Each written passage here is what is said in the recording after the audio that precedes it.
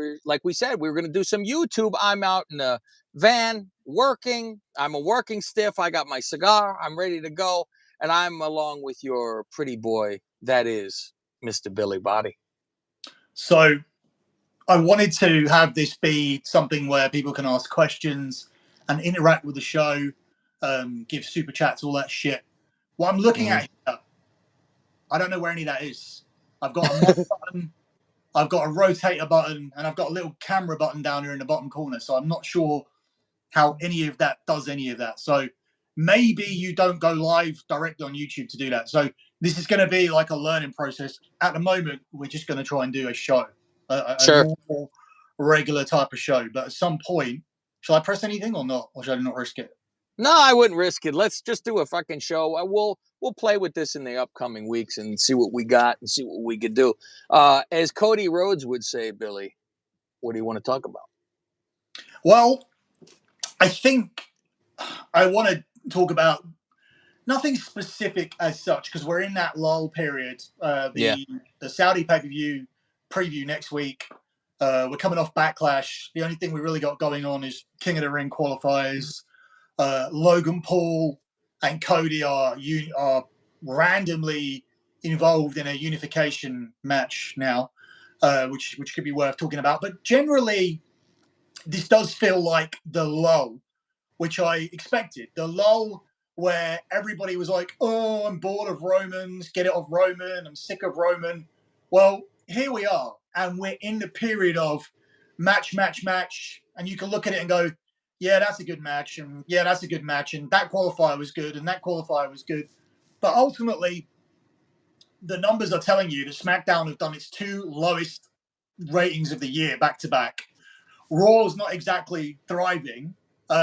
Obviously, the easy thing to do is put it on Cody and go, oh, well, he changed champion, and he's a champion, and it's his fault. But it's just the overall lack of direction of everything, the lack of storylines. Yeah, King of the Ring is King of the Ring, and there'll be a king. But what will the king get? Why do you want to be king? Do you want the crown? Do you want just to be alongside Brett and Owen and Steve Austin and Triple H because that automatically guarantees you some kind of fictitious opportunities? Because Mabel was king, right? So Billy Gunn was king. So yeah, they've obviously missed the mark with King of the Ring tons. I mean, just last year they fucking blew it. They had something for a second. It looked like Zelina was going to be able to. Oh, here's a little something for you to do. Make that statement means that they really blew it because that was 3 years ago. When Zelina and fucking Copeman, no. Yeah. Zelina and fucking Woods? 3 years? No, you're crazy. It wasn't last year? No. when Woods is going, let me defend my crown. They didn't do it for another 3 fucking years. He's been fucking, holy shit. Right. So here's my thought on that though, is new regime, Triple H, all that. So I'm thinking now they actually do it and make it something. And like you see the presentation with the actual, they put in some money into the crowns. They look nice. They're in the glass cases on the way out, make it look important. So maybe this is the time that it actually, with somebody new involved in it, that it becomes something. I'm still bothered that it's not multiple matches in the same night, which it really should be. At the worst, at the least, I should say, 2 matches, not just here's the finals. It's the whole point of doing a tournament in one night. I remember when they cut it down, and it was the year after Mabel, because Stone Cold Steve Austin, who's this great king, and Austin 316 launched the new era, which it didn't. There were no signs the next night, and Austin worked against Yokozuna on the pre-show at SummerSlam, right? So this whole narrative is not true. But I see people with these graphics they put up. You have to take one moment away, and it's like Hogan with the NWO or Steve Austin with the Austin 316 speech. The Austin 316 speech was something that they used on merchandise in the end, but it wasn't immediate. It didn't immediately lead to the printing of the T-shirts and Austin going over. That's just what they tell you. Hogan really did set you off to the races. And there have been multiple other moments. Hulk Hogan slamming Andre, the streak being broken. All of these had immediate effect. Austin 316 did not. But going back to what I was saying, that was the year where it became the semifinals. Triple H won from the semifinals. And I didn't even like that. I liked it where you had to win 3 matches in a night. So to now just have the final, it's now not this big cardio tournament, which is what it used to be. It's like, oh my god, he won. You can turn around and go, yeah, he won 4 matches, and if Gunther wins, they'll turn around and say, wow, he beat Sheamus, he beat Kofi, he beat Jey Uso, he beat whoever he faces in the final, LA Knight, Randy Orton. But it's not the same thing. You didn't win a one night tournament, which is what it was by definition. So I've always said, I said from the start that I assumed it was Gunther, right? I've now started to switch that until you said the other side of the bracket, which fucked me up, because then you're going, okay, good guy versus good guy, even though they already have LA Knight, Orton, good guy, good guy. Because the Jay thing, they're really trying to get over, right? And we thought it was going to be like they go, oh, Dragunov versus him. It's, oh, this is the match. This is the match. And then he fucking loses. So I like that little bit of a, throw you off, because I'm like, well, fuck, I don't, it's too early, which is nice. They go, it's too early. Let's put it off. Same thing this week. So tonight, Jade or Bianca are getting beaten by Tiffany on Aya because they're not doing the match next week. See, I'm thinking that we were getting Jade and Bianca, and I'm thinking it was because of, I'm thinking this sets you up for that Mega Powers exploding thing. And Bianca has the hurt leg, so that's the excuse to get out. And I'm thinking it's Bianca who's going to flip eventually, and it's not going to be Jade who flips. I think Jade wins that whole thing over there. You could see her with a crown, like a tiara almost type of thing, but you can see fucking Tiffany with a fucking tiara for sure. It's hard to have Jade lose anything yet. It's like she has to be undefeated for a while. So that's the rough out to get her out of there. They've almost painted themselves into corners, but obviously they've already mapped out what they want to do. The men's side, where I was saying, okay, Gunther wins this, but now, like, what does that do for Gunther? He was just the longest forever. Was he going to carry a crown? He doesn't need it. He doesn't fucking need it at all. But Jay could fucking win this thing because they are pushing him with the fucking entrance and all that shit. And remember, he was number 1 pick in all of the draft. That's major fucking, and they mention it. He's the number 1 fucking guy on Raw. So your number 1 guy, you would think, should win this fucking thing. They do have a final set up where it could be Tama Tonga and Jey Uso, and you could get into all that bloodline thing. There is a potential final on that side, but I mean, from a very early stage, I was told that it was going to be Gunther. They've done a lot of background work to make sure that Gunther can get into Saudi, so they expedited a process where Gunther wasn't allowed out of the US for 6 months, which meant that he missed going to Montreal, which ruled out Sami Zayn winning the title there. But because of the process being expedited, he was actually allowed out of the US immediately the following week. In fact, they came through in time for him to do Montreal, but the Intercontinental change had already happened. So he ended up going on the UK tour instead, which freed him up. Saudi is a whole new different type of paperwork. And Gunther didn't initially have it in place because he didn't go to the last Saudi show. But they have been working hard. And it also helps when you have the government on your side because they're bringing this stuff over. And it's part of this Riyadh season, which starts tomorrow with Tyson Fury and Alexander Usyk. So, yeah, I mean, there shouldn't be any issue having him get into Saudi. It's Jay for me is a very hard person to see as king, but there has been talk about wanting to do something with him. The good week-to-week sales have recently been confirmed by merchandising numbers, which have him behind Cody and CM Punk. So that in itself, given that he doesn't have as much stuff as them, is quite a big deal as well. So Yeah, it wouldn't shock me. I do think the winner definitely comes from the Raw bracket, and I think the women's side comes from the SmackDown bracket. I wouldn't rule out. Yeah, you got to have them separated for sure. I wouldn't rule out Nia Jax just simply for the process of elimination. Bianca can't win it because she can't face Jade. Jade looked pretty green in her match, and then she has to go to a final with Io Sky, which is going to be a hard match to make good this early on. And Tiffany is was at least slated to win Money in the Bank, and B, had that thing this week on social media with the whole black bitch thing, which she had to delete. I don't know if you saw that. I heard about it. I didn't see it. I was trying to read what exactly because I was only getting an article about, oh, she's in trouble, and I'm like, oh fuck, here we go. One little side note, you know how they say Dragunov beat Gunther and all that stuff, right? We made a joke on the Wrestlingus show, and Faust said it was so long ago. I bet you he didn't beat Gunther, and he didn't. No. He beat fucking Walter. That's how fucking long ago that was. And apparently it got 5 stars. Apparently that was the fucking big deal about that. We were looking up who got 5 stars, and NXT has more 5 stars than WWE does, which is funny. And 5 stars than anyone in WWE history. It's and fucking New Japan has got like fucking a billion. And Offspray has like fucking 38 or something like that. It's fucking goofy. We were going through all of it. And I got to move on. I can't fucking take it anymore. It's so fucking stupid.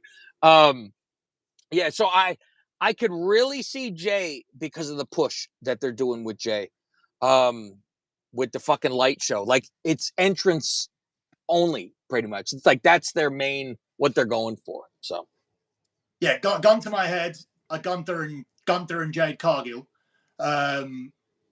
Dark horses, I think more so Jay, and I think Nia Jax, because I think Nia would be good. She needs something.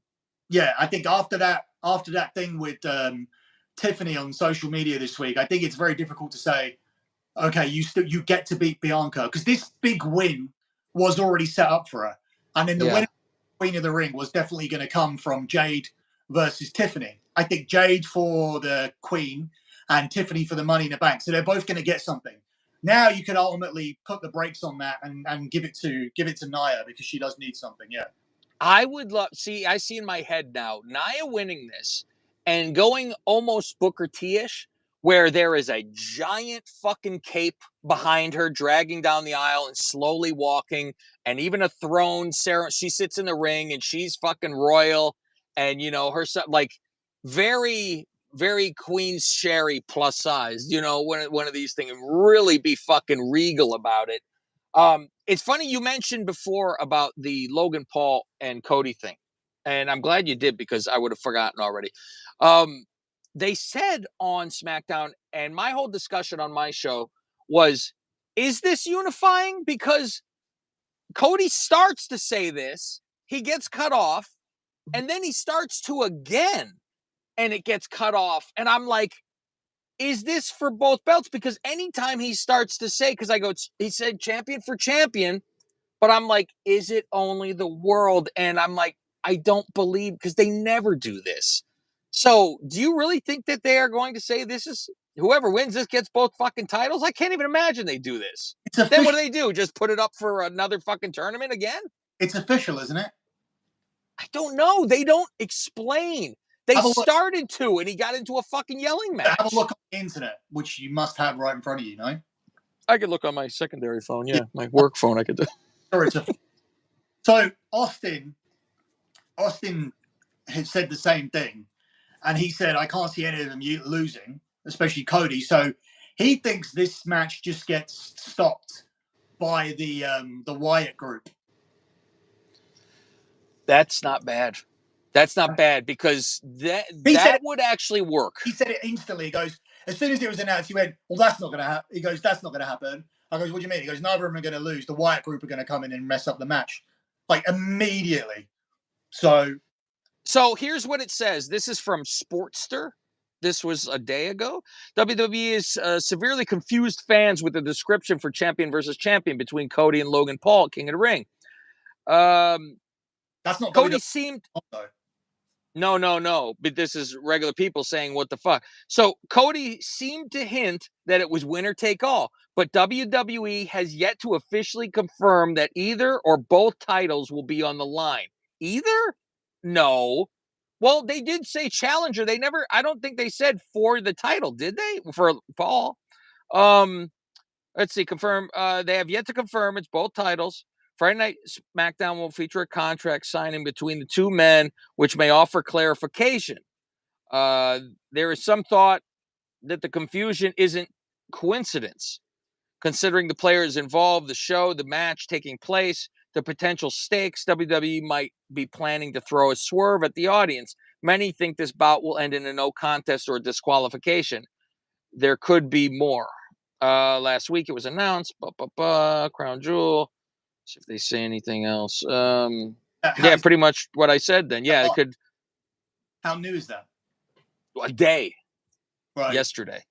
So, what do you they think? don't say anything about the fucking Wyatt like this could be. They just think it could be a DQ finish with a no contents, starting hinting at a continued rivalry, which doesn't make sense from a creative standpoint.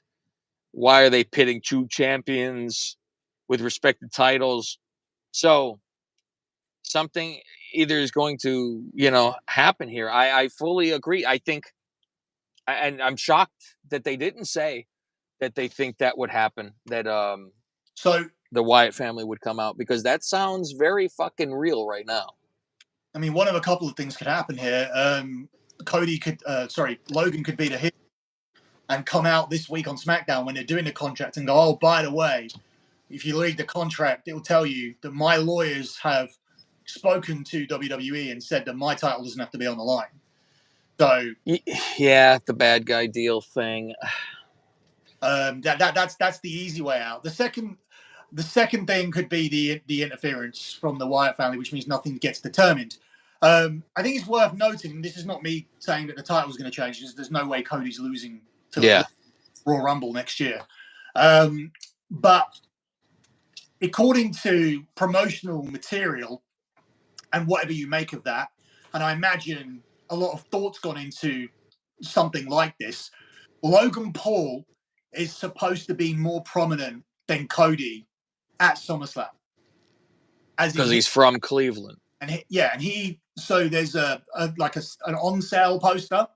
Yeah. Which, all the guys there, and Logan and Cody are on it. And the individual poster for when you go to Ticketmaster, and that's just Logan on his own for SummerSlam. So I don't know how that's gonna pan out, but it does seem like Logan needs a massive match. This is me fantasy booking. Sure. But it would not be beyond the realm of possibility that he could lose this belt, win the Money in the Bank, and cash in Cleveland on somebody on the other side, because you could do that. You could do that whole thing again where Drew gets cashed in for a third time, where he's always being cashed in on, or CM Punk, or Punk beats Drew, and then Drew beats up Punk after the match and does exactly back to him what Punk did to him. So Punk's the champion for 3 minutes. That's a good fantasy book. My theory was for Money in the Bank, which I think would be a very fun thing to do for a while. Punk wins it. Drew wins the title. Every single fucking Raw, every single time we see them, Punk goes there and goes, just to fuck with them. Constantly just fuck with them and make them fucking crazy. So it'd be every single time he is out there, Punk comes out. When am I going to do it? You better watch out. So it's just constantly paranoid. And then eventually Punk does a Cena thing and say, I don't want you to have any excuse. I am saying this will be this date. I am cashing in like Cena did and say, here's our fucking definitive match after fucking with him for months. So he could say, well, let's do it at Survivor Series. It's the day I came back. It's a year to it. I'm going to fuck you up in there. Or this gets pushed to the Rumble and he says, a year to the date that you fucked me, I'm going to fucking use it cashing in. And he does it up until December. And then he says, I'm using this officially on that date. I'm not going to fuck with you anymore. I'm going to beat you for it. Yeah, I mean, the only thing with that is that you need to pay that program off at some point. I mean, the feud started at Raw Rumble, and they're talking and talking and talking, and they're talking about doing something in Scotland.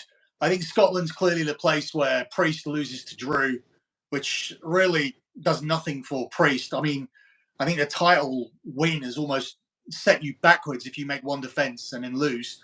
Because I don't know. It is interesting, yeah, that he already said okay. Where Priest goes from there, but I don't know. I can just see very much like a case of where he said, "Oh, Drew, you were the champion for 5 minutes," and Drew says, "Well, you're the champ. You may have beat me, but you were the champion for 4 minutes." And then they carry on onto the winter stuff, which can be street fight, steel cage, Hell in a Cell, whatever you want to do through the NFL season between those two. Get 3-4 out of it, and then free the title up because it doesn't need it. And then Logan can win the belt in Money in the Bank. In Cleveland. I mean, Logan obviously has some sense of creative control, because I don't think it's a coincidence that Randy Orton goes on his podcast and then he works with Randy Orton, and then Cody goes on his podcast and he's doing a match with Cody. Roman goes on his podcast and he's doing a match with Roman. I feel like this guy is picking and choosing his guests and picking and choosing his opponents. Like, I feel that's what he can do. So I don't think Logan has any issue losing to Cody, but I just wonder if it was as easy. I don't know what the political situation is for them to turn around and go, "Oh, hey Logan, we want to end your run. We want you to lose to Kevin Owens. We want you to lose to the LA Knight." I mean, is that a difficult thing to overcome, or is it a case of he's there and he's thinking, "Fuck, I'm being paid, so just pay me"? I think he's a very good businessman. I think he has a good head on his shoulders. I don't think because he's not from that wrestling world where it's I get to do this or that. I think he's down for whatever they tell him to do, and he's got that whole, he respects in the locker room and yes sir and all that kind of stuff, and didn't want to ruffle shit when he gets in. So I'm thinking that he is totally fine with things like that. And I even think that when they've gone into the storylines where he's going against Roman, going into Cody, I think WWE has said to him, this is where we want to go, because I think they're ahead of the game where it's down the road, we want to do this or that. And I think they say, would you be cool with having him on your show? And then we could start this feud from you having that interview. So there's a little backstory to it.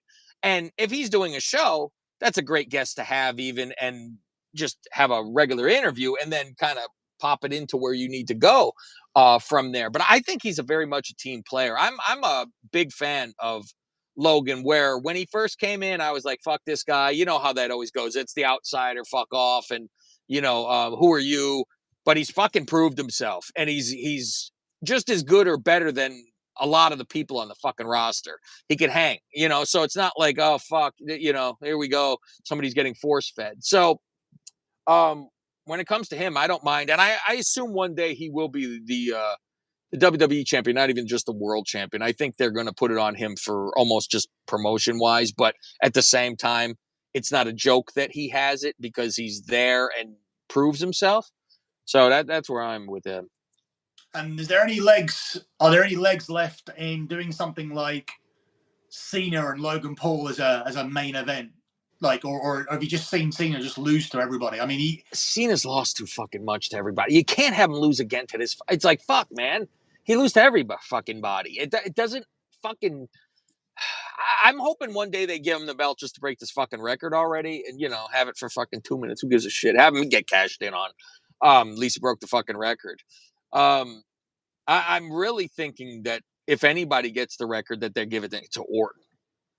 Orton's so fucking over right now with, being. No, I'm not talking about a record. I'm talking about Cena just facing. Yeah, I know. I'm just going into that too, but I'm hoping that he fucking breaks a fucking record, and that makes me think that they're gonna make Orton's 2 away from breaking that. Well, leveling, I think, but I can't see Orton as a world champion again. I think that really. I think now it's very much aimed towards longer runs, helping people, two stronger champions. I think if Punk avoids that cash in, I think going into the winter with Cody and Punk, I think it's the first time you can say, okay, these champions are equal, and CM Punk might main event, and Cody might main event, especially when you set that premise by having Punk beat McIntyre in the main event. In fact, if you put McIntyre in the main event against Priest in Glasgow, and you put Money in the Bank on last, and then you put Punk and Drew on last at SummerSlam, that's 3 pay-per-views in a row that Cody didn't main event. Now, it comes at the expense of Cody, where you're clearly saying, hey, I know we had him beat Roman Reigns, but this isn't Roman Reigns. This isn't the same level, which isn't great for Cody, but it is better in terms of elevating the championship. You should be able to elevate the championship by itself on its own merits, but it's difficult to do when you know that championship came in while Roman was on a 3.5-year run. You know it was the secondary championship. So to elevate it now, it's just human nature that you're going to have to bring Cody down. It's impossible to do it any other way. So, I mean, that's one way of saying it. Other way of saying it is Drew and Punk is the hot program, which has been running for 8 months, so it deserves to be there. But either way, I can certainly see Cody not main eventing 3 pay-per-views in a row, Scotland, Money in the Bank, and SummerSlam, which would then establish that championship because it main evented 2 out of the 3. And then if you do NFL season, which is what I call it, which is, I mean, we have the WrestleMania season, we have the summer, and then we have the NFL season. That's how I think of them in my head. And the NFL ones, is the dead one. But Punk and Cody, I think, are equals, despite their age gap. I mean, it's not even that big an age gap. It's just perception, isn't it? Punk's seen as a veteran because he was a long time. Yeah, right. Yeah. Cody's seen as like a fresh face when he like he's new and he's been there forever. Yeah, he's been around. Yeah, I really like the direction that they're going in. And also you could see the difference where they came in trying to push that it was going to be Punk and Rollins in a blood feud. And it naturally evolved for Drew. And that's what I like about them. They go where shit actually takes them. They don't force, no, we had this, we're going there. We don't care. This is perfectly evolved into it by accident. Grab it and run with it and take this thing the best you can. It's the best Drew's ever been in his career. But I think it's best in the other match. I think the other match can still happen at Mania. Oh, sure. You could pick this up fucking a year from now. That's not going away. It could be. So it's like, do this. Don't push this aside. We got this going. And it is a blood feud where they're shitting on each other and the crowd is way into it. So I think this is that they're doing the right thing and following along. Like, other than like when I was making fun with AEW yesterday, where I said, didn't that cowboy guy say Swerve would never be the champion over his dead body and it will never happen ever? And he's been gone since February. Swerve won but there's no mention of anything. And how bad is the Tony Khan deal where they don't even mention that he still can't make the show? He's just not there. They haven't followed up on him fucking, what's wrong? Is he going to assign anything? I'm like, how many weeks is he going to not address anything? I get so fucking aggravated by it. I heard someone suggest that they make Sting like the GM of AEW. That's what Tony would assign to. And Nash was talking about, and he's like, it doesn't make sense. He goes, all this in a nice suit. He was a former wrestler, whatever. It works. It's like Sting going to have makeup on and go out there. It just doesn't do it as well. Well, to go full circle, we only really got time to do WWE. So, do you?